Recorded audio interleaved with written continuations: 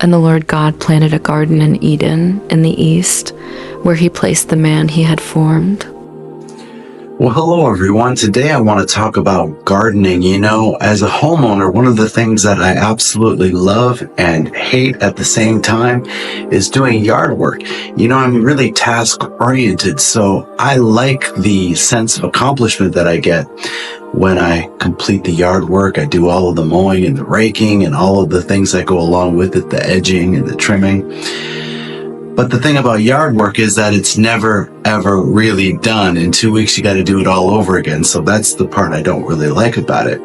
But you know, when you're thinking about yard work, especially if you've got like a patch of ground that's turning brown and you're working on it, trying to get it green again, and you're praying over it and you're laboring over it and you're nurturing it and you're watering it and you're putting seed on it and fertilizer, and you're just really applying all kinds of love to that patch, it makes you realize, you know, there's a reason why God put Adam and Eve in a garden. You know, of all the things that God could have given them to do, he made them gardeners.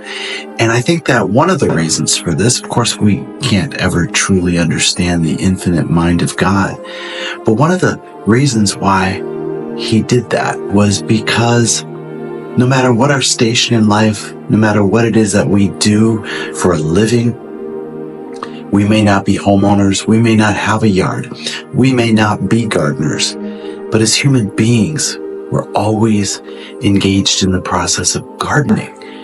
Are you married? Your marriage is a garden. You have to work in it daily. You have to nurture it. You have to pull out the weeds. You have to water it.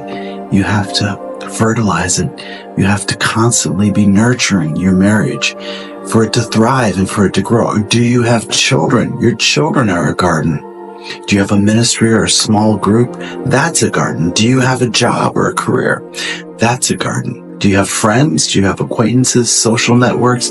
These are all gardens. So as human beings, we're always gardening our lives. And if we're not gardening our lives, then that's going to be fairly evident in the fact that it's overgrown, it's not nurtured, it's not trimmed, it's not sufficiently watered, it's full of weeds. So if you have a life that's full of weeds, a marriage that's full of weeds, problems with your children, problems with your job, problems with your social network and your friends and your life, then maybe it's time to start praying over all of those areas and start nurturing them, watering them, weeding them, applying your attention to them, because God gave us the ability to garden our lives. He gave us the ability to fix these problems. Now, some problems obviously are beyond our control, and that's where we rely on the Lord. But most of the day-to-day issues that we deal with are within our control. They just require our attention. They require our love and our nurture and our labor. So that's a good word for today. God bless you. I'll see you in the next video.